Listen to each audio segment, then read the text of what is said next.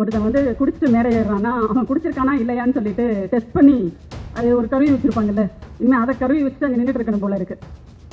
இவ்வளவு ஒரு கேவலப்பட்ட ஒரு ஜென்மத்தை தமிழ்நாடு அரசியலில் நம்ம பார்த்ததே கிடையாது. பொய்யை தவிர வேறு எதுவுமே தெரியாத ஒரு ஜென்மம்னா அது அந்த சீமான் தான். ஏன்னா ஒரு 5 நொடிகளுக்கும் குறைவாக நீ வந்து தேசிய தலைவரோட நின்று போனா போகுதுன்னு அவர் பிச்சை போட்ட ஒரு புகைப்படத்தை வச்சுக்கிட்டு ஒட்டு மொத்தமா இன்னைக்கு தமிழினத்தையே ஏமாத்திட்டு இருக்க. நம்ம ஊர்ல சொல்லுவாங்கல்ல, நிறைகுடம் தழும்பாது குறைகுடம், அது குறைகுடம் கூட கிடையாது, வெற்றுக்குடம். வெற்றுக்குடம் இன்னைக்கு அவ்வளவு சத்தம் போடுது. அவனை இன்னும் இந்த தமிழ்நாட்டில் நடமாட விட்டுருக்குமேன்ற ஒரு ஆதங்கத்துல தான் இங்க எல்லாரும் பேசிட்டு இருக்கோம். இது அந்த சீமான் என்னமோ பெரிய அப்பா டக்கர்னு நினைச்சுக்கிட்டலாம் நம்ம பேசல. அவன் நம்ம பிள்ளைகளை சீரழிச்சுக்கிட்டு இருக்கான், இளைஞர்களை திசை திருப்பிக்கிட்டு இருக்கான். பெண்களை மதிப்பவர்கள் நாங்க தான், நீ எந்த லட்சணத்துல மதிப்பேன்றதை தான் நாங்க எல்லாம் பார்த்துட்டோம். சீமானை விட நரம்பு புடைக்க ஒரு அக்கா கத்தி பேசுவாங்க. பாவம், அந்த அக்கா பேர் காளீஸ்வரி, காளியம்மா. அவங்களையே இவ்வளவு கேவலமா பேசியிருக்கான் அவன். நிறைய காணொலிகளை பார்க்கிறோம், நிறைய ஆடியோக்களை கேட்கிறோம். கேவலமா அசிங்கமா இருக்கு அந்த ஆடியோல எல்லாமே. பெண்களை எவ்வளவு கேவலமா பேசிட்டு இருக்காங்க. அவ்வளவு ஏன் இந்த எடப்பாடி சீமானோட சித்தப்பாவா பெரியப்பாவா? அவரு சித்தப்பாவா? அவரோட அப்பாக்கள் மட்டும் இல்ல, சித்தப்பாக்கள் பெரியப்பாக்கள் கூட நிறைய இருக்காங்க.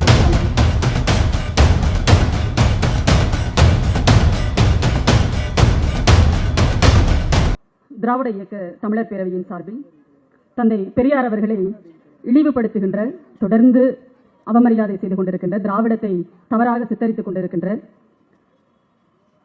நாம் தமிழர் கட்சியினுடைய ஒருங்கிணைப்பாளர் அந்த சீமானை கண்டித்து பொதுக்கூட்டம் நடைபெற்றுக் கொண்டிருக்கிறது. இதற்கு தலைமையேற்றிருக்கின்ற எங்கள் பொதுச் செயலாளர் சிற்பி செல்வராஜ் அவர்கள், கண்டன உரையாற்ற இருக்கின்ற எங்கள் பேரவையினுடைய தலைவர் பேராசிரியர் சுபவீர பாண்டியன், தோழர் பசும்பன் பாண்டியன், தோழர் யூடியூப் ரூட்டஸ் மைனர், தோழர் இந்திரகுமார் தேரடி, தோழர் புதுவை தீனா உள்ளிட்ட அனைவருக்கும், அதேபோல் இங்கே வருகை தந்திருக்கின்ற பார்வையாளர்களாக இருக்கின்ற பெரியாரின் தொண்டர்கள், உங்கள் அனைவருக்கும் என்னுடைய வணக்கத்தை நான் முதல்ல தெரிவிச்சுக்கிறேன். ஆனாலும் தமிழ்நாடு அரசுக்கு இப்படி ஒரு சோதனையை வந்து யாரும் கொடுக்கக்கூடாது. முத்தையா குமரன் தோழர் சொன்ன அந்த கோரிக்கை இருக்குல்ல, அது ஆனால் இப்படி ஒரு சோதனையை நீங்கள் வந்து வைக்கக்கூடாதுங்க, சரியா? ஒருத்தன் வந்து குடிச்சிட்டு மேடை ஏறுறான்னா அவன் குடிச்சிருக்கானா இல்லையான்னு சொல்லிட்டு டெஸ்ட் பண்ணி அது ஒரு கருவி வச்சுருப்பாங்கல்ல, இனிமேல் அதை கருவி வச்சுட்டு அங்கே நின்றுட்டு இருக்கணும் போல இருக்கு. இவ்வளவு ஒரு கேவலப்பட்ட ஒரு ஜென்மத்தை தமிழ்நாடு அரசியலில் நம்ம பார்த்ததே கிடையாது. பொய்யை தவிர வேறு எதுவுமே தெரியாத ஒரு ஜென்மம்னா அது அந்த சீமான் தான். இங்க தீனா தோழரை அறிமுகப்படுத்தும் போது பொதுவாகவே வந்து நம்மளுங்க நிறைய பேர் வழக்கறிஞராக தான் இருப்பாங்க. அதனாலேயே என்னவோ தெரியல, ஒருவேளை அவருடைய பேச்சு இதெல்லாம் அவரெல்லாம் தெரியறதுனாலே என்னவோ எபின் தோழர் வழக்கறிஞர் அப்படின்னு சொல்லிட்டு சொல்லிட்டாரு. உடனே வந்து அதை முதல்ல அதை மறுத்துட்டு தான் அடுத்து பேசவே ஆரம்பிச்சார். இதாங்க கருப்பு சட்டை. ஆனா ஏண்டா ஒரு 5 நொடிகளுக்கும் குறைவாக நீ வந்து தேசிய தலைவரோட நின்று போனா போகுதுன்னு அவர் பிச்சை போட்ட ஒரு புகைப்படத்தை வச்சுக்கிட்டு ஒட்டு மொத்தமா இன்னைக்கு தமிழினத்தையே ஏமாத்திட்டு இருக்க. அதை வச்சு நீ வந்து லட்சமா சம்பாதிச்சுக்கிட்டு இருக்க. இத்தனையும் செஞ்சுட்டு அந்த தலைவனை எவ்வளவு இழிவுபடுத்திட்டு இருக்க. நீ ஒரு மாவீரனை இந்த அளவுக்கு யாராவது இழிவுபடுத்திட்டாங்களா? அவர் யாராவது இந்த அளவுக்கு கொச்சைப்படுத்திருக்காங்களான்னு யோசிச்சு பாருங்க. ஈழத்துக்காக பாடுபட்டவங்க எல்லாருமே இன்னைக்கு அமைதியா இருக்காங்க. முன்னாடி உட்கார்ந்துருக்காங்க விடுதலை ராஜேந்திரன் ஐயா, இங்க மேடைகளை இருக்கிறார் பேராசிரியர் சுபவி, முன்னாடி பெல்ராஜன் ஐயா உட்கார்ந்துருக்காங்க. எல்லோருக்குமே எல்லாம் தெரியும். தமிழ்நாட்டில் விடுதலை புலிகள் இங்கே தங்கி இருந்த போது அனைவரையும் நேர்ல போய் பார்த்து பேசி பழகி அவர்களுக்கு எல்லா உதவிகளையும் செய்தவர்கள், அவர்களோடு இருந்தவர்கள், அவர்களை ஆதரித்தவர்கள் எல்லாரும் இன்னைக்கு அமைதியா இருக்காங்க. நம்ம ஊர்ல சொல்லுவாங்கல்ல, நிறைகுடம் தழும்பாது குறைகுடம், அது குறைகுடம் கூட கிடையாது, வெற்றுக்குடம். வெற்றுக்குடம் இன்னைக்கு அவ்வளவு சத்தம் போடுது. இன்னைக்கு என்ன நாள் தெரியுமா? மிசா சிறையில் தன்னுடைய தலைவனை காப்பதற்காக தன்னையே கேடயமாக்கி உயிரிழந்த மாவீரன் சிட்டி பாபுவினுடைய நினைவு நாள். 1977 ஜனவரி 5 அவர் உயிரிழந்தது. அந்த தலைவனை, அப்படிப்பட்ட ஒரு தலைவர் தான் இன்றைக்கு நமக்கு முதலமைச்சராக இருக்கிறார். அப்படிப்பட்ட தலைவரை உருவாக்கிய தலைவர் கலைஞர். அவரை வந்து ஒருத்தன் இழிவா பேசியிருக்கான். உண்மையிலேயே எல்லாருக்குமே வந்து எல்லாரும் வெட்கப்பட வேண்டிய ஒரு நேரம் இது. கோபப்பட்டா மட்டும் பத்தாது, அவனை இன்னும் இந்த தமிழ்நாட்டில் நடமாட விட்டுருக்குமேன்ற ஒரு ஆதங்கத்துல தான் இங்க எல்லாரும் பேசிட்டு இருக்கோம். திரும்ப திரும்ப எல்லாரும் ஒரு விஷயத்த சொல்லிட்டே இருக்காங்க. அவனை எல்லாம் பத்தி நீங்க பேசணுமா? அவன்லாம் ஒரு ஆளா? அதுலயும் சுபவியா அவரை பத்தி எல்லாம் பேசணுமா? அந்த ஆளை பத்தி எல்லாம் பேசணுமா? அப்படிலாம் சொல்றாங்க. ஐயா பெரியார் கிட்ட கேட்டாங்க, பார்ப்பனர்கள் வெறும் 3% தான் இருக்காங்க, மற்றவங்க எல்லாம் 97% இருக்கும், நீங்க ஏன் திரும்ப திரும்ப அவங்கள பத்தியே பேசிட்டு இருக்கணுமான்னு. அப்பதான் ஐயா பெரியார் சொன்னாரு, ஒரு பெரிய சந்தை நடக்குது, அங்க நிறைய வியாபாரிகள் வர்றாங்க, ஆயிரக்கணக்கான மக்கள் இருக்காங்க, அந்த கூட்டத்துல ஒரு 3 பேரு, ஒரு மொள்ள மாதிரி, ஒரு முடிச்சவைக்கு, ஒரு திருடன் புகுந்துட்டான்னு வச்சுக்கோங்க. அப்போ அங்க இருக்கிற அத்தனை பேருமே என்ன பண்ணுவாங்க, அவங்க பொருளை பாதுகாப்பாக வச்சுக்கணும் தான், பாதுகாப்பா வச்சிருக்கணும்னு சொல்லிட்டு தான் முயற்சி பண்ணுவாங்க. அது அந்த 3 மொள்ள மாதிரி முடிச்சவைக்கெல்லாம் இருக்காங்க, அவன் மேல இருக்கிற பயத்துல இல்ல, தங்களுடைய பொருளை அவங்க பாடுபட்டு சம்பாதித்த சேர்த்து வைத்த அந்த பொருளை பாதுகாக்கணுன்றதுக்காக இருக்கிற ஒரு விஷயம் அது. அப்படித்தான் இதுவும். இது அந்த சீமான் என்னவோ பெரிய அப்பா டக்கர்னு நினைச்சுக்கிட்டலாம் நம்ம பேசல. அவன் நம்ம பிள்ளைகளை சீரழிச்சுக்கிட்டு இருக்கான், இளைஞர்களை திசை திருப்பிக்கிட்டு இருக்கான். அந்த இளைஞர்களுக்காக நம்ம பேசுறோம். அவன் எவ்வளவு மோசமானவன் அப்படிங்கறத சொல்றதுக்காக பேசுறோம். ஒரு ஃப்ராடு, ஒரு 420 அவனை நீங்க நம்பாதீங்கன்னு சொல்றதுக்காக நம்ம பேசுறோம். பெருசா நாங்க தான் தேர்தலில் 50க்கு 50 பெண்களுக்கு சீட்டு கொடுக்கிறோம், பெண்களை மதிப்பவர்கள் நாங்க தான், நீ எந்த லட்சணத்துல மதிப்பேன்றதை தான் நாங்க எல்லாம் பார்த்துட்டோம். நாம் தமிழர் கட்சியில இந்த ஆளு சீமானை விட நரம்பு புடைக்க ஒரு அக்கா கத்தி பேசுவாங்க. பாவம், அந்த அக்கா பேர் காளீஸ்வரி, காளியம்மாள். அவங்களையே இவன் எவ்வளவு கேவலமா பேசினான்ற ஆடியோவை நம்ம கேட்டோம். தன்னோட கட்சியில இருக்கிற ஒரு பெண் உறுப்பினரை, ஒரு பெண் தோழரை, அவங்க இத்தனைக்கும் வேட்பாளரா தேர்தலில் போட்டிக்கிட்டவங்க, அவங்களையே இவ்வளவு கேவலமா பேசியிருக்கான் அவன். அப்ப அந்த கட்சியில் இருக்கின்ற மற்ற பெண்களுக்கு கொஞ்சம் சுருக்குன்னு வர வேண்டாமா? இன்னொரு பக்கம் பாருங்க, சரி பெண்களை, அதாவது இது தீனா தோழர் ரொம்ப இதுவா பேசிட்டு போயிட்டாரு. ஆனா எனக்கு ரொம்ப தயக்கமா இருக்கு பல விஷயங்களை பேசுறதுக்கு. நிறைய காணொலிகளை பார்க்கிறோம், நிறைய ஆடியோக்களை கேட்கிறோம், கேவலமா அசிங்கமா இருக்கு அந்த ஆடியோல எல்லாமே. பெண்களை எவ்வளவு கேவலமா பேசிட்டு இருக்காங்க. அதாவது அம்மையா ஜெயலலிதா மேல நமக்கு 1000 விமர்சனங்கள் இருக்கு. அரசியல் நிலைப்பாட்டுல நேர் எதிரானவங்க அவங்க. எல்லாவற்றிலும் நாம் அவங்களுக்கு நேர் எதிராக தான் இருக்கிறோம், இல்லைன்னு சொல்லல. ஆனாலும் கூட ஒரு பெண்ணாக, அதுவும் மக்கள் பிரதிநிதித்துவ சட்டப்படி இந்த நாட்டினுடைய முதலமைச்சராக தேர்ந்தெடுக்கப்பட்ட அவர்களை குறித்து யாராவது தவறாக பேசினால் முதல்ல நம்ம தான் கண்டிப்போம். அவ்வளவு ஏன் இந்த எடப்பாடி சீமானோட சித்தப்பாவா பெரியப்பாவா, அவரு சித்தப்பாவா, அவரோட அப்பாக்கள் மட்டும் இல்ல, சித்தப்பாக்கள் பெரியப்பாக்கள் கூட நிறைய இருக்காங்க போல இருக்கு அந்த ஆளுக்கு. அந்த எடப்பாடி பழனிசாமியை ஆண்மையற்றவர் இந்த துக்ளக் குருசாமி பேசும்போது அதிமுக காரன் கூட அமைதியா தான் இருந்தா, நம்ம தான் கேட்டோம், எப்படா நீ எங்க முதலமைச்சரை பார்த்து ஆண்மையற்றவனு கேட்கலான்னு சொல்லிட்டு. அப்போ அந்த அம்மையார் ஜெயலலிதா அவர்களை பற்றி அவன் எவ்வளவு தரக்குறைவா பேசினா. மெரினா கடற்கரையில நம்முடைய தலைவர்களினுடைய நினைவிடங்களை பற்றி அவன் பேசும்போது அது திராவிட சுடுகாடுன்றான். ஆனா அந்த கலைஞரனுடைய நினைவிடத்துல அது கட்டி முடித்த போது அங்க மக்கள் சாரி அணியாக வந்தாங்கல்ல, அப்ப அங்க இருந்த அந்த காட்சிகளை நீங்க பார்த்திருக்கணும். பிறந்த குழந்தைகளை எல்லாம் கொண்டு அந்த நினைவிடத்துல அவர் முன்னாடி அங்க போட்டு எடுத்துட்டு போறாங்க. மக்களுக்கு தெரியுது அது திராவிட சுடுகாடு இல்லடா, எங்க பிள்ளைகளினுடைய தொட்டில் அதுன்னு தெரியுது. நீ என்ன பெரிய இவன் பேசிட்டு இருக்கிற? அவன் சொல்றான், அந்த திராவிட சுடுகாட்டில் 3 ஆண்களுக்கு மத்தியில ஒரு பொம்பளை படுத்துட்டு இருக்கான். இவனை முதல்ல வீட்டுக்குள்ளேயே சேர்க்கக்கூடாது அவங்க அம்மா அக்கா எல்லாம். பெண்களை பற்றி அவன் எந்த அளவுக்கு ஒரு இழிவான மதிப்பீடு வச்சிருக்கான்னு பாருங்க. இங்க வந்திருக்கிற தாய்மார்களை கேட்கிறேன், இங்க சுத்தி இருக்கிற எல்லாருமே கேட்கிறேன், கருப்பு சட்டை தோழர்கள் மட்டும் இல்ல, எல்லாருமே நான் எல்லா இடங்களிலும் நான் போனா நான் இதை திரும்ப திரும்ப சொல்றேன். உங்க வீட்டுல உங்க ஆண் பிள்ளைகளை தயவு செஞ்சு பத்திரமா பாத்துக்கோங்க. எப்படி உங்க பிள்ளைங்களை ஒரு ஈ எறும்பு அண்டாம, ஒரு நச்சரவம் எதுவும் தீண்டிடாம பொத்தி பாதுகாத்து வளர்த்திருக்கீங்களோ, அதே மாதிரி இந்த சீமான் என்ற இந்த கேடுகட்ட வெறி நாய்கிட்ட கடி வாங்காம தயவு செஞ்சு உங்க பிள்ளைகளை நீங்க பாதுகாருங்க.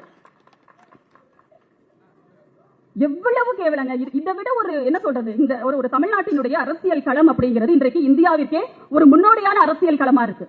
ஒரு அருமையான ஒரு கூட்டணியை அமைத்து பாசிசத்துக்கு எதிராக நம்முடைய தமிழ்நாடு முதலமைச்சர் அவர்கள் அணி திரட்டி அனைத்து தேர்தல்களிலும் வெற்றி பெற்று மக்களினுடைய ஆதரவோடு இங்கே ஒரு திராவிட மாடல் ஆட்சியை, மக்கள் ஆட்சியை அவர் நடத்திக்கிட்டு இருக்காரு. ஆனா அப்படிப்பட்ட அரசியல் களத்தை எவ்வளவு கேவலப்படுத்த முடியுமோ அவ்வளவு கேவலப்படுத்தி மேடையில இப்படி கூட பேசுவானா ஒருத்தன் அப்படின்னு எல்லாரும் முகம் சுளிக்கின்ற அளவுக்கு ஒருத்தன் இருக்கானா. ஒரு தலைவனை பற்றி, ஒரு தலைவனுக்கு என்ன இலக்கணம் அப்படின்னு கேட்டீங்கன்னா உடனடியா நாங்கெல்லாம் சொல்லுவோம், எங்க ஐயா சுபவி மாதிரி இருக்கணும்டா அப்படின்னு, ஆசிரியர் வீரமணி ஐயா மாதிரி இருக்கணும், முத்தமிழறிஞர் கலைஞர் மாதிரி இருக்கணும், ஐயா பெரியார் இப்படி சொல்லுவோம் நம்ம. ஆனா ஒரு தலைவன் எப்படி இருக்கக்கூடாது, தலைவன்லாம் கிடையாது, அது வேற விடுங்க, தற்குறிப்பெயர். ஆனா அந்த பிள்ளைகள் நம்பிட்டு இருக்காங்கல்ல, அப்பாவி தம்பிகள் நம்பிட்டு இருக்காங்கல்ல, இவன் தாண்டா நம்ம தலைவன் சொல்லிட்டு அதுக்கு ஏதாவது ஒரு தகுதி இருக்கா? அவனுக்கு ஒரு தகுதி இருக்கா சொல்லுங்க? ஒரு தலைவன் அந்த தொண்டர்களை நல்வழிப்படுத்துறவனா இருக்கணும். இன்னைக்கு இவன் பேசுற பேச்சை விட மோசமா பேசிட்டு இருக்கான் நாம் தமிழர் கட்சி தம்பிங்க எல்லாம். அவங்க பாவம் தெரிஞ்சு பேசுறாங்களா தெரியாம பேசுறாங்களான்னு தெரியல. அவங்களுக்காக நம்ம வருத்தப்படதான் முடியுது. அங்க இருந்து வந்தவங்க எல்லாம் தப்பிச்சிட்டாங்கன்னு அர்த்தம். இப்ப அவன் கூட இருக்கிறவன் அவன் வாழ்க்கையை தொலைச்சிக்கிட்டு இருக்கான்னு அர்த்தம். ஒரு அரசியல் நாகரிகம் இல்லாமல் ஒரு ஒரு ஒரு நல்ல சொல், ஒரு கண்ணியமா ஒரு 2 வார்த்தை அவனுக்கு பேச தெரியுமானே தெரியல. 6 மணிக்கு முன்னாடி 6 மணிக்கு பின்னாடின்றாங்க அவனுடைய பேச்செல்லாம். அது என்ன கணக்குன்னு தெரியல. ஒருவேளை இந்த சோதனை செய்யணும்னு சொன்னாரே முத்தையா தோழர், இதுல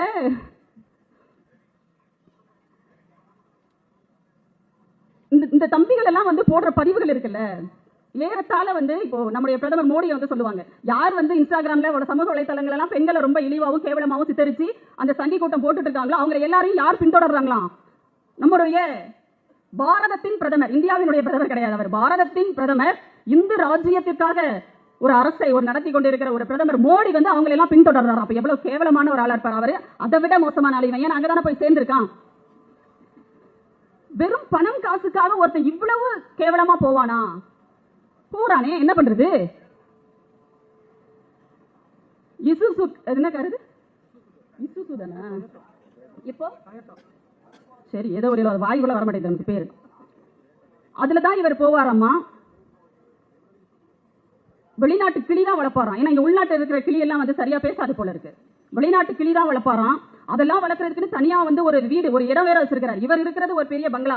ஆனா என்ன தெரியுமா, நம்ம வீட்டுக்கான செலவுகளை நம்ம தான் பார்ப்போம், நம்ம தான் சம்பாதிக்கிறோம், நம்ம தான் வந்து வீட்டு வாடகை தருவோம், உழைச்சி அரிசி பருப்பு வாங்குறதுல இருந்து உப்பு புளி மிளகா வாங்குறதுல இருந்து எல்லாம் நம்மளுடைய வியர்வையில் நம்ம வியர்வை செஞ்சு சம்பாதிச்சு வாங்குவோம். ஆனா ஒருத்தனுக்கு லட்சக்கணக்கில் வந்து யாரோ செலவு செய்யறாங்களாம். அது எப்படின்னு தெரியல. இது ஏற்கனவே ஒரு ஆள் சொல்லிட்டு இருக்காரு, அண்ணாமலைன்னு ஒரு ஆள், அவர் வேற சொல்லிட்டு இருக்காரு, என் வீட்டு செலவெல்லாம் இன்னொருத்தர் பாத்துக்கிறாங்க அப்படின்னு. இதெல்லாம் ஒரு பெருமையாடா உங்களுக்கு? இதெல்லாம் ஒரு பெருமையா? இதுல இருந்து நீங்க வந்து கட்சியை வழிநடத்துறேன், இளைஞர்களை வழிநடத்துறேன்னு வேற வர்றீங்க, கொஞ்சம் கூட வெக்கமே இல்லாம. தமிழ்நாட்டை பொறுத்தவரை பெண்களை மதிக்காத எவனுக்கும் இங்க அரசியல்ல இடமே கிடையாது.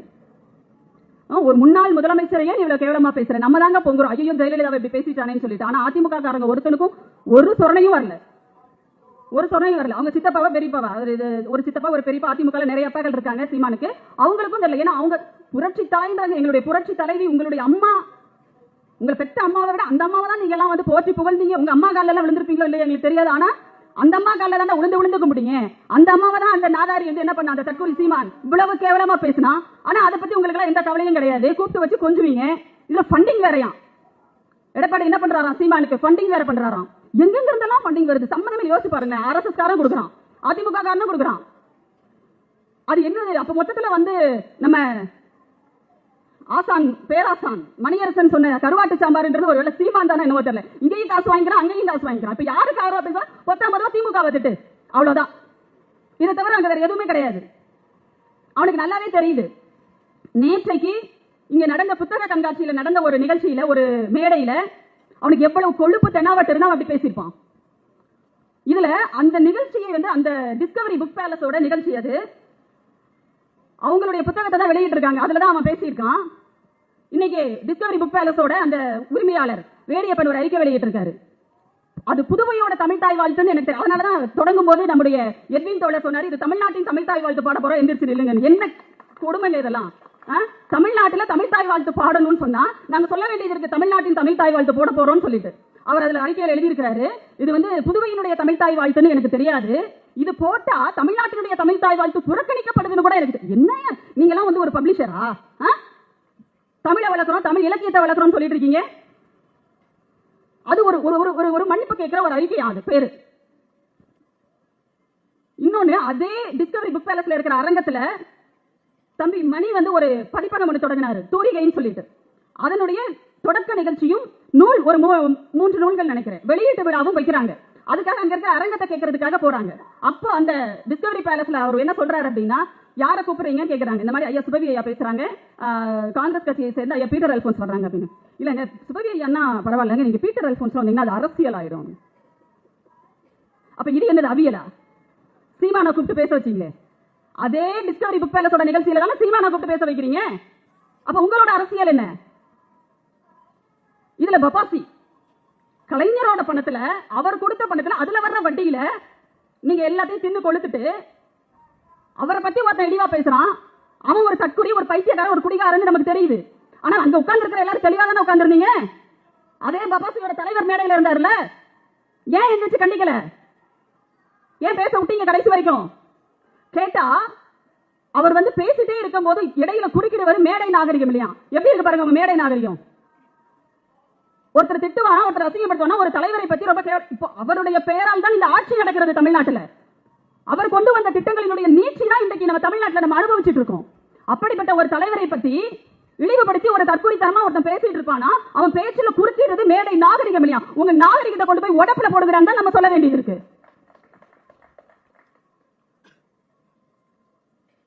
இது வெறுமனே வந்து ஒருத்தன் வந்து ஒரு மோசமான ஒரு ஆளை கண்டிச்சு நம்ம பேசினாலும் கூட, இது நம்முடைய பிள்ளைகளுக்கு, குறிப்பா நான் திரும்பவும் சொல்றது, நம்முடைய தாய்மார்களுக்கு சொல்ல வேண்டிய செய்தியாக தான் நம்ம இதை சொல்ல வேண்டி இருக்கிறது. தயவு செஞ்சு உங்க பிள்ளைகளை பத்திரமா பாதுகாத்துக்கோங்க. நிறைய இளைஞர்கள் இருக்கீங்க, இந்த பகுதியில் இருக்கிற பொதுமக்களுக்கும் நம்ம வந்து இதை ஒரு தாழ்மையான வேண்டுகோளாவே நம்ம வைக்கிறோம். அவனை கண்டிப்பது, அவனை வந்து அவனுடைய முகத்திரையை கிழிப்பது, இதெல்லாம் ஒரு பக்கம் வந்து நாங்க செஞ்சுட்டு இருந்தாலும், நீங்க வீட்டை கொஞ்சம் பத்திரமா பாத்துக்கோங்க. திறந்து ஓடுறாதீங்க, கண்ட நாயெல்லாம் வீட்டுக்குள்ள வந்துடும். உங்க பிள்ளைகளை வந்து என்ன பண்ணிடும், அது ஏற்கனவே வந்து வெறி பிடிச்ச அலையுதுன்னு வேற சொல்றாங்க. பார்த்து பத்திரமா பாத்துக்கோங்க. நன்றி, வணக்கம்.